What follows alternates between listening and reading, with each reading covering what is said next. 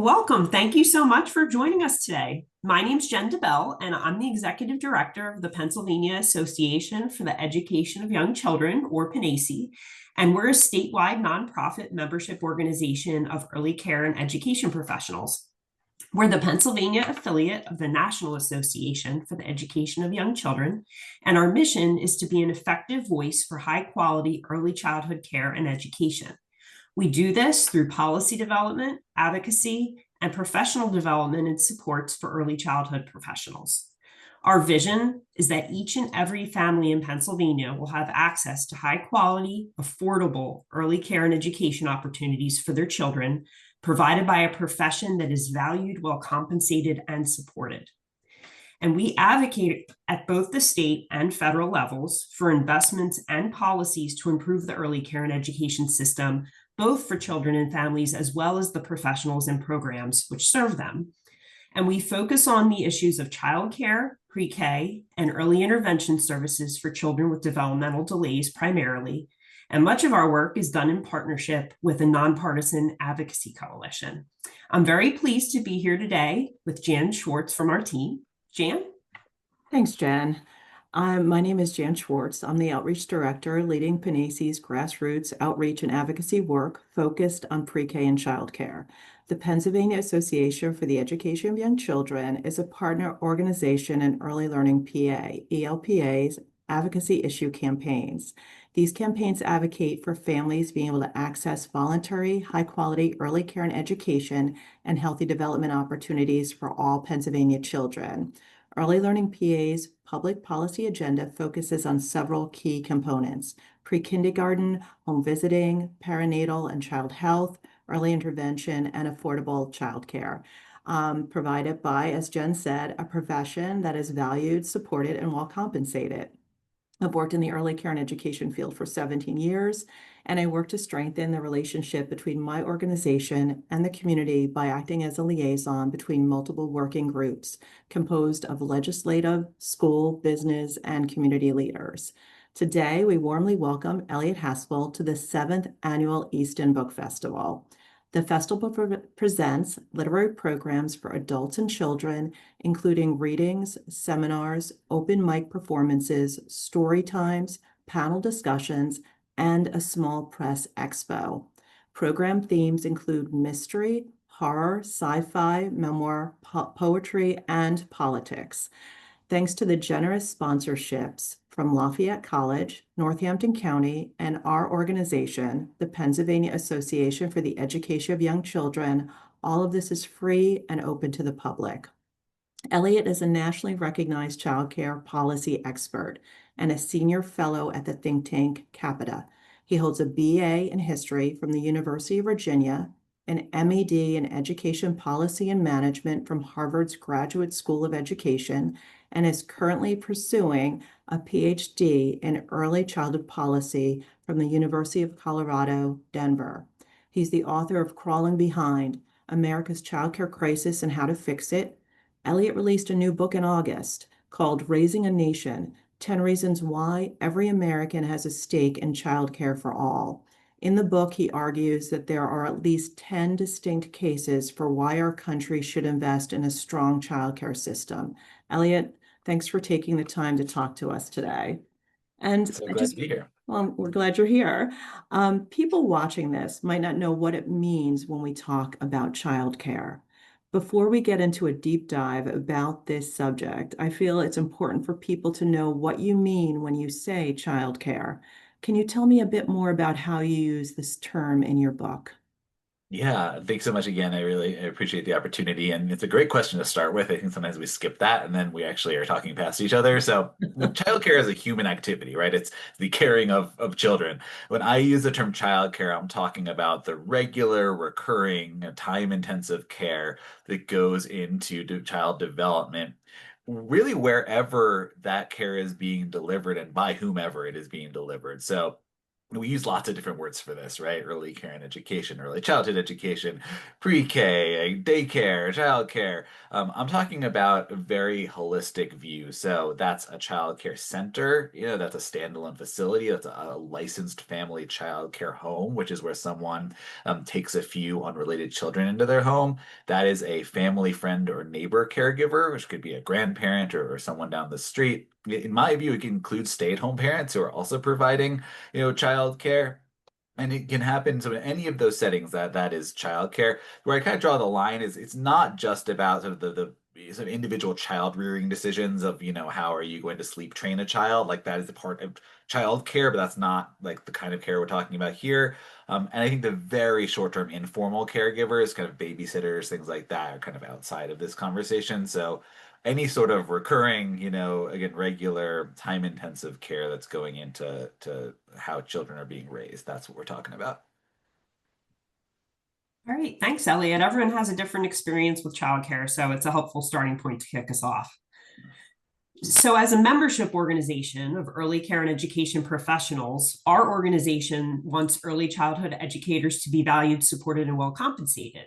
And your book highlights that childcare teachers are notably women and disproportionately women of color who earn compensation that ranks in the lowest 5% of all occupations. And we actually had a report come out here in Pennsylvania in 2024 from our independent fiscal office that showed the hourly average wage for childcare teachers is $15.15 an hour, which is leading to instability for children and families because the educators are then leaving for better paying jobs in other sectors. So how can we make people realize that this is a profession that needs to be valued and therefore appropriately compensated? It's a very important question, and you're absolutely right. There is no functional childcare sector unless we have a stable, well-supported, well-compensated workforce. Like that is just a prerequisite, it's an enabling condition for anything else we want to do. I think is part of my argument in the book is that the challenge we've had in childcare in this country is that we haven't asserted that it is a social value, is an American value, and part of our social infrastructure. And when you start to understand in those terms, I think it's much easier to say this is not just we need to find. I mean, this is obviously not my view. You could, right? So basically, you want to find a warm body, right? So that the kid has somewhere to go, so that they're safe, like they're not going to get hurt, so that the parent can work. Like in that conception of childcare, it's very like instrumental. All it does is really help to grease the skids between a parent and their job. It becomes harder to argue that we need a well compensated, well educated labor force and an educator force in childcare. But when you understand, childcare does enormous good when it comes to raising healthy children, growing healthy families, healthy communities, healthy state like in Pennsylvania, then the true importance of that work starts to come into focus. And you're right. And obviously, that is in early childhood tinged by the fact that we're also building the brains of young children, right? The child development kind of occurs like a house, like neural connections are being made at an incredibly rapid pace from birth. We know that relationship a caregiver has with a child helps mediate that growth. And so if we have an unstable workforce, if we have educators who are themselves stressed out because they don't know how they're going to put food on the table, it's really hard to have a high quality system. And it's really hard to have a system with the kind of abundant supply that parents need, right? Parents' needs for the child care are diverse, they're dynamic, they change. But right now we have so few options. And part of that is we are constrained by the number of educators we have, because if you don't have enough people, enough staff, then you just can't open those slots. So I think we start from that values place. We start by saying, what is childcare? Who is it for? What is it for? Why does it matter? We can actually back into, and therefore it is unconscionable that we are moving forward paying childcare educators akin to parking lot attendants. Thanks, Elliot. That brings us to the parent question, right? Because nationwide, we know our family support policies are fragmented, and we really leave parents to navigate challenges alone, including finding and affording high-quality childcare.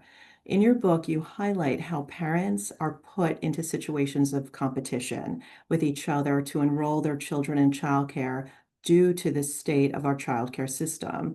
In fact, you even jokingly refer to it as the summer Hunger Games for parents in need of summer or before and after school care. So, parents being so impacted by this lack of childcare, but they also tend to be less involved in changing the system. So, if they know how difficult it is to access the system, what can they do to fix it? Yeah, so it's such a great question. It's something that is always, for a while, it really baffled me, right? Given how broad and deep the pain point of childcare is, and yes, it's most acute in the early years, but it extends through school. I mean, I have an 8 and a 10-year-old, like summer childcare after school is no picnic. It extends, it's in rural areas and urban areas and in, Democratic areas and Republican areas. Really, unless you're fabulously wealthy, like this is something that affects you. And so it's always been interesting to me, like parents are not in the streets about this. They're actually it's hard to organize parents. And so why? And there's one of the stories is it true to some extent, I think, which is that parents are tired, right? Especially parents of very young children. I mean, if you're chasing a toddler, you maybe don't have a lot of time to go to the state house. That's fair. But there's another piece of this, I think, which is that because we cast childcare in this country very much as a private individual family responsibility and not a collective responsibility where society actually should be coming alongside parents to help them raise kids the way they want to. uh, it actually feels transgressive to ask for help. And there's a history of scholarship in this. I quote a sociologist in the book, Sandra Levitsky, who talks about, paraphrasing her now, but like basically the difference from seeing something as a private problem to a public problem is a prerequisite for political action. Because otherwise, you internalize this idea that like if something's wrong with me, I failed somehow because I'm really struggling to find childcare. And so to go out in public and say, hey, I need help, like this isn't working, it actually is like going out and admitting some kind of failure. It's not that, but when you put the family over here on one side and, government and society over here on another side, and these like spheres, never the twain shall meet, it's really hard to organize parents. So you all and many of your advocacy partners there in Pennsylvania, are doing heroic work trying to organize families. It's not easy. It's important. And the other thing I'll say about that is it's important for people to understand parents of minor children generally and parents of young children in particular are dwarfed in the electorate by non-parents of young children. There are just vastly more people who don't have young. So part of what we have to do, and that's part of the reason I wrote this book, is make the case to those who don't have children or don't have young children that they need to care about childcare too. They need to be in the ears of their elected leaders. They need to be saying this is going to affect my voting behavior, and if we need to find a way to fund this, I'm not going to vote you out of office. Like that's actually a really, really important part of this because there just aren't enough parents of young kids. Thanks, Elliot. So to that end, that's what we want to talk about with you next. Is for the folks who don't have children, some of them feel that the argument is you made that choice. You have a child, you figure it out. So how would you convince every American that childcare matters? Yeah, so there are a couple of different answers to that because I don't think one message works for everyone, right? And part of the fundamental answer is we have to appeal to people's values and make sure that they're seeing themselves in this story. And everyone has different values, so no one message will ever work, right? You always have to go with the audience. But there are a couple of things I think are interesting. For one, it's notable that people don't have trouble making this mental flip around things like public schools, right? Whether or not, if you don't have kids or your kids are grown, like, I don't think many Americans have trouble with the idea that I have an interest in there being strong public schools in my community. Now, some of that's because we tie property values to schools. I understand that. But I think there's something deeper, the idea of if we don't have public schools or if suddenly it's a pay-to-play system and, only wealthy kids get to go to school, it's not going to end well for us. So it's not going to end well for us economically, in terms of our neighborhood kind of vibrancy, in terms of our democracy. It's just not going to go well. We don't make that flip when it comes to early care and education or childcare generally. I think part of it is because we haven't asserted that this belongs up there, right? This should be considered a right. This is something that has vast sort of ripple effects, whether or not you have kids. So I think we can make different arguments and we can go through, I think we're gonna go through some of them, but right, you can talk about Would you like to have like good public health and safety? Like, would you like to have there to well-staffed police, fire, and medical services? Well, guess what? You need childcare if you want that. And I quote in the book a story of a small kind of ruralish town out in western Colorado. And the police chief is on record on like a video talking about how he's going to have a deficit of officers because officers come to him and say, I'm having a kid, I can't find any affordable childcare, and I'm leaving. All right, so when you get to that sort of a logic, I think it's easier for people to understand. Oh, like actually, this really does matter to me. One of the challenges I think is the two dominant arguments that we tend to make. One, which is the economic argument about parents and the labor force, and the second, which we don't make as much anymore, we used to make a lot around brain development, both of which are completely valid arguments. I don't think they connect quite as well, right? Because if you're a 75-year-old voter in Pennsylvania and your children are grown, if the economic argument doesn't resonate with you, and the fact that those kids in 20 years are going to, be more productive might not resonate with you, like something else, we need to advance some other kinds of arguments is going to resonate with that voter, because that voter and their cohort are really the ones who are determining a lot of the political outcomes of elections and legislative sessions. Thanks, Elliot. And that brings us to, you talked about the dominant argument being the economic case, right? And you also mention in your book that your book is in some ways a corrective on this over-reliance on this economic case for childcare. And this case argues that childcare helps retain and recruit the talent employers need, leading to more productive employees. We also know that lack of childcare and its economic impacts on parents and employers, which subsequently cause lower tax revenues at the state, local, and federal levels. So even though you mentioned that this is one of the most well-known arguments used to support childcare funding, it really hasn't moved the needle on the amount of funding that we need when federal and state budgets are decided. Why do you think that is?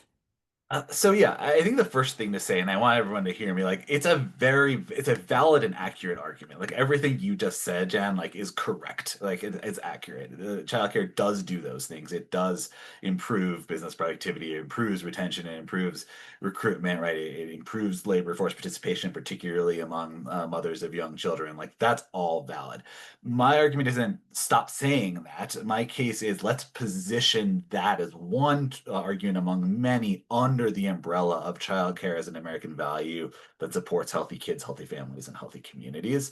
One of the reasons I think it doesn't move the needle all that way is because there's no moral claim to like what you just described, right? Like there's no sort of sense of a right in that. There are lots of things that improve economic productivity, and there are lots of things that even have long-term impacts on that. I think, we have what, 40,000 structurally deficient bridges in this country. If we fixed those, it would probably be better. The bridge outside Pittsburgh that collapsed a while back, right? Like that's bad for economic productivity. We have how many millions of miles of lead piping still in this country that affects people's health. I mean, we can go down the line. There are lots of things that help economic productivity that we don't sort of say we're going to make it an urgent priority or spend a lot of public money on. And in fact, sometimes when you assert childcare is just a business interest, you can end up with some unintended consequences. For one, you can make it feel like that actually isn't a proper place for public investment. So I use the example in the book of like cars. Like most people, unless you happen to live in one of the few cities in America with good public transportation, rely on a car to get to work. It helps if you have a car to, your productivity, you're not missing work, you don't have to leave a job, like you can go down the line. But there's nothing transcendent sort of in a claim. There's no public claim for help in getting a car in most cases, right? You can't have organized people around the idea that we should be spending, lots and lots of public money to make cars more affordable. So that's one. The other is you can actually give politicians an out by accident. So the Indiana Speaker of the House a while back actually went ahead and he was talking to a business group, and he said essentially, look, if you all think this is the business interest, then you all deal with it. Like, right, this isn't my responsibility. um So, if the economic case hasn't changed public opinion as to why we need a better funded childcare system, which one of the other cases that you mentioned in your book do you feel would unify people around the issue? Yeah, so again, don't know there's one case that's going to carry the nation by storm because we talked about like audiences matter. I do think the two of the cases I don't feel like we make enough or the community case and the family case. And the community case is this idea that, again, there are so many ripple effects to if you want to have strong, vibrant communities that you need to have childcare. And we talked a little bit about public health and safety. We could talk about well-staffed schools for, K-12 schools and talk about the fact that childcare programs often act as neighborhood assets and they connect parents with young children who are often isolated and lonely. They can really be sources of support that way. They help keep families rooted in their communities, which I think is a really interesting case. I think it's very important, especially for rural areas and for urban cores as well, which are two areas where when parents or when young couples tend to have children, they frequently will leave because of a lack of childcare. And so, interestingly, some of the small rural towns around the country that have been doing the most in terms of actually sort of taxing themselves to try to do something about the childcare crisis. And it's really not just because of it for economic reasons. It's because there's an existential threat. Like they're not going to exist in a couple of generations if all of the young people start having children and then move away. Not because they want to necessarily, but because there's no childcare. So that's I think one case that can be important. And the family case is really this idea that look, if you want to have families in this country, people that are healthy and strong and that they're able to spend time together, pass on their stories and traditions and their values, if, you believe it's important that we have, strong, healthy marriages, all of those things relate deeply to childcare. And so I think in some ways it's reclaiming that family values cases, which obviously has become coded in one particular way over the past few decades.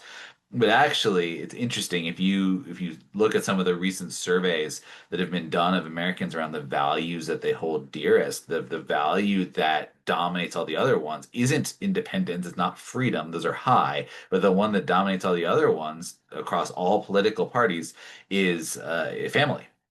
And so I do think there's a real cutting edge to saying, look, do we want couples in this country who have to work laddered shifts, right? And they never see each other because they're, just trying to deal with childcare or, they're so exhausted and they're so stressed out that they're not able to, take their kid to the park or go to church or synagogue or a mosque or to, participate in the civic, block party or parade that's going on. Like those things are part of what makes life worth living. And oftentimes, if we don't have childcare, it's really a detriment to families being able to fully participate.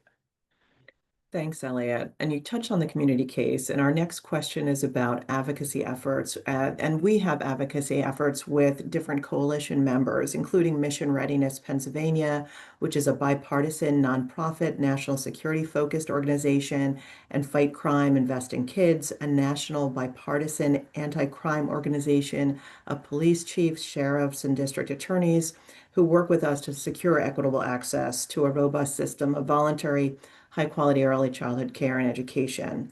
So in the security case, you outline why these individuals whom you normally don't think of as being invested in this issue are. Can you explain some of the problems that made these sectors rethink the importance of childcare access? Yeah, I opened the security case talking about the speech I heard from the former CEO of the nation's largest military shipbuilder, talking all about how important early childhood was, and so it stood out to me because his case is essentially if you want a well-staffed set of armed services, essentially you need to have children who are growing up capable of even passing entrance exams to that.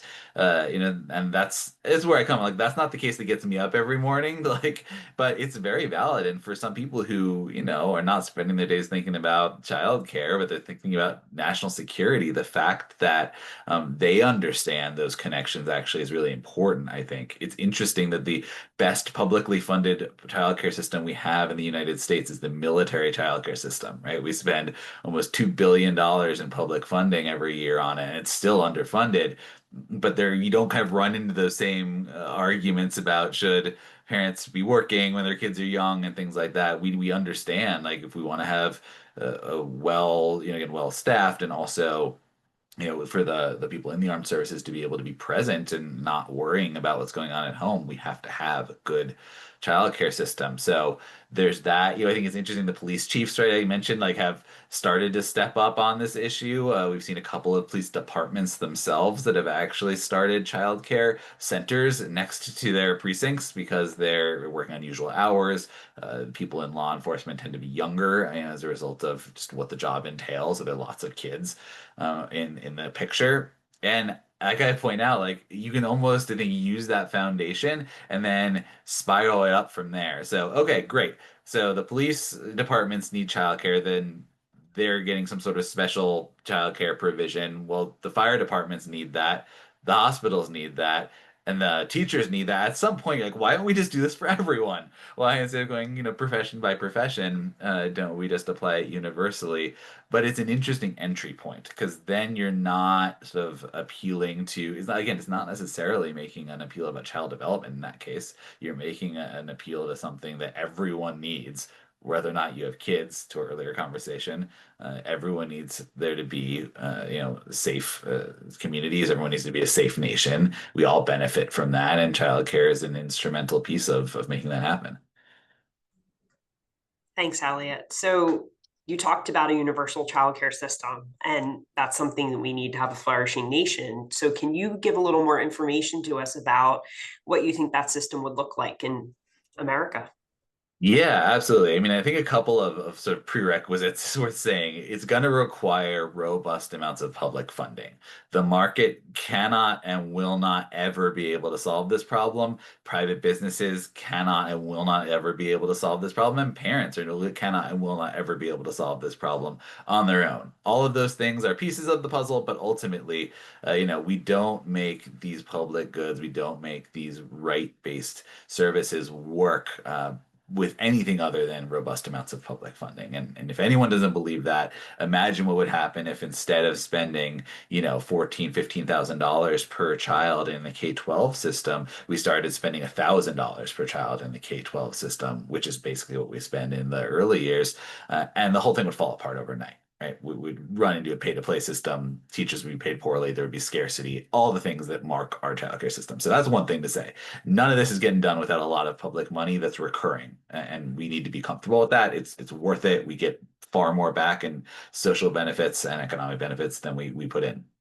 Second thing I would say is any universal system is going to need significant investments in supply. So you cannot build a childcare system on sand, and trying to build a childcare system without a strong, well-compensated, well-trained childcare workforce, an early educator workforce is sand, essentially. We will reliably fall apart.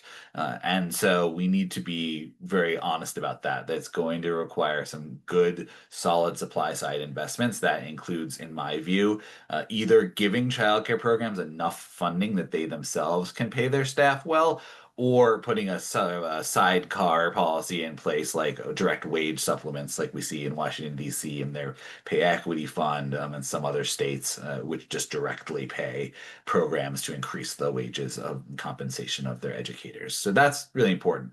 I think when I talk about universal childcare, going back to our very first question of what is childcare and what are we talking about here, it's really important to understand we want an inclusive and pluralistic system. And what I mean by that is that we should be able to support, in my mind, free at the point of service, childcare at centers, at licensed family childcare homes. We also want to find ways to bring in those family, friend, and neighbor caregivers and compensate them for the work that they're doing. I need to bring in stay-at-home parents, make sure that they have the support they need, which probably means paying them as well, providing them with some kind of Social Security caregiver credit so that they're not sacrificing their own retirement to take care of children. This is sort of inclusive, comprehensive system will meet families where they are. It will make sure that every family has access to the care they want and need. It'll make sure that that care is high quality. And it will mean that we have everything in place to move the system forward. What's important to say is that doesn't mean that each of the things I just mentioned look exactly the same. right? The work being done by a trained early care and education professional in a licensed center where they're taking care of 8 toddlers is different than the work of a grandparent taking care of their grandchild. And so, just in the way that, healthcare is lots of different provision, right? And an emergency room is not a pediatrician's office, is not, an outpatient physical therapy clinic. We regulate them differently, we fund them differently, and that's fine. But it is important to say all of those things are healthcare, and everything I just described is childcare. And so we're going to need to think about a system that makes sure those are all viable options for families, and that the providers themselves are really well compensated and well supported. And once we got that in place, and it really does, I think, start to create the enabling conditions for widespread flourishing. It's childcare is not the be all and end all, it's the only thing we need, but it is very much a foundation because its tendrils go into so many other parts of life and alter the kind of choice direction that the parent or the choice set that parents have. And so, if we want parents to be able to thrive and families to be able to thrive and children to be able to thrive, we want to make sure that they have everything they need to make the choices that are best for them and their families. Thanks so much, Elliot. It's really great to hear the vision. I love the analogy of the sand without an appropriate workforce to be there for the children and families. And just want to thank you for your time today. We appreciate you being with us. And we'd like to end our time together with a few of our favorite quotes from your book. So one that struck us was, "It may take a village to raise a child." We hear that all of the time. But the raising of that child also benefits the village. And we have forgotten the second clause. That really resonated. So our call to action is to make sure that going forward, the second part is not forgotten. And we work together because, as you say in the book, a good childcare system helps bring the American dream to life. So with that, I'm going to turn it over to Jan, who's going to share a little bit about how those watching can work with us to advocate, hopefully, for that system that you just talked about, Elliot. Again, thank you. And we're going to be putting a slide up at the end here. And what can you do to advocate for childcare in the state and federal budgets? We'd love for you to join us at PennAEYC and NAEYC and follow us on our social media, or join as a member of NAEYC and have the state affiliate be PennAEYC. We have 9 chapters throughout the state of Pennsylvania where you can get actively involved in this issue. You can also follow us on social media under Start Strong PA or Pre-K for PA and sign on so you can find out ways that you can take action around this issue, participating in campaign alerts and petitions. And if you have any additional questions after hearing this interview and want to reach out, I would love to hear from you. And my email is jschwartz@pennacey.org. Thank you so much for taking the time to view this today, and for Elliot to be here and talk about this really important issue for the village, right? So thank you so much, Elliot. We appreciate your time. Absolutely. Thank you all for the work you're doing.